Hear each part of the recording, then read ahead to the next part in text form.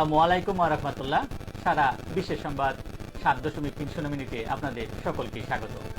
দেশের প্রধান প্রধান দৈনিক পত্রিকাগুলো তাদের শিরোনামে যে খবরগুলো গুরুত্ব সহকারে ছাপিয়েছে তাই নিয়ে হাজির হলাম আপনাদের সামনে।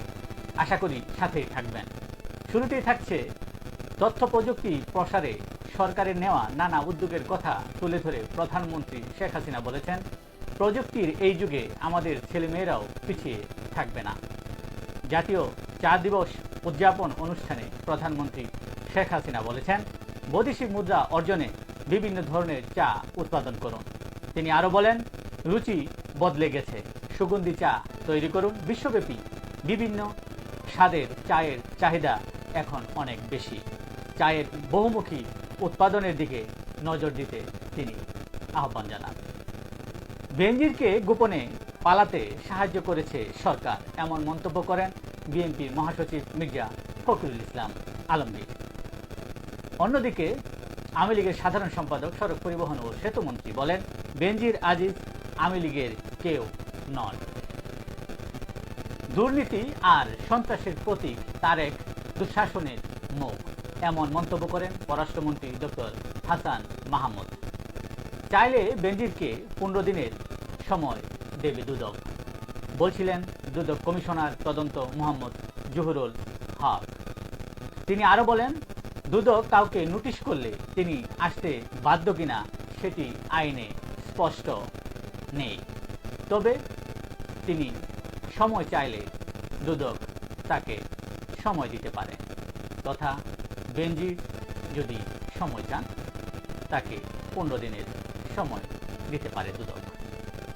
মন্ত্রিসভায় ঢুকতে আওয়ামী লীগকে শরিকদের চাপ, 14 দলের বৈঠক। 8 লাখ কোটি টাকার বাজেট কাল, মুদ্রাস্ফীতি, ডলার সংকটের মতো চ্যালেঞ্জ সামনে। অধিবেশন বসছে আজ। প্রশ্ন ছাড়াই কালো টাকা সাদা করা যাবে। স্বল্প আয়ের মানুষকে স্বস্তি দিতে ব্যয় বাড়াবে সরকার। সিন্ডিকেটের দুর্বৃত্তায়নের থেকে মুক্তি চান ব্যবসায়ীরা। মালয়েশিয়ার শ্রমবাজার। দেশের প্রধান প্রধান দৈনিক পত্রিকাগুলো তাদের আন্তর্জাতিক খবরে যে খবরগুলো গুরুত্ব সহকারে ছাপিয়েছে তার মধ্যে সবচেয়ে গুরুত্ব পেয়েছে ভারতের লোকসভা নির্বাচন।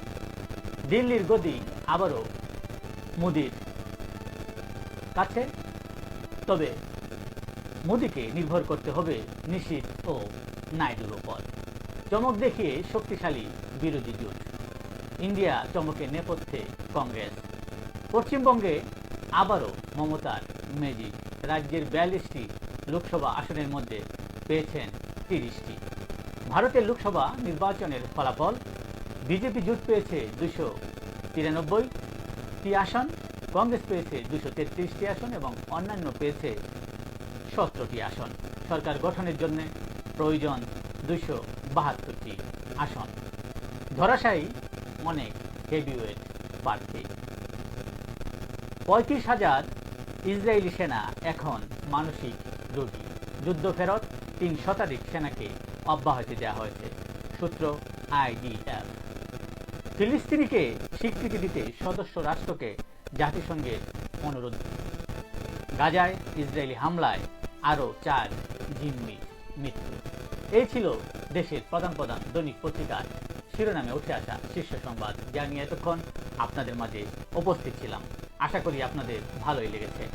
সার্বিক খবরের বিবেচনায় যদি আপনাদের কোনো অভিমত, অভিব্যক্তি, সমালোচনা কিংবা কোনো পরামর্শ থেকে থাকে তাহলে অবশ্যই কমেন্টসে জানাবেন।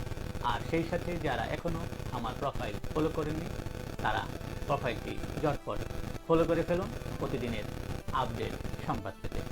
আবারও দেখা হবে আগামীকাল ঠিক একইভাবে সারা বিশ্বের সংবাদ 7.30 মিনিটে। সে পর্যন্ত অবশ্যই ভালো থাকবেন, সুস্থ থাকবেন। আসসালামু আলাইকুম ওয়া রাহমাতুল্লাহ। শুভ সকাল সকলকে।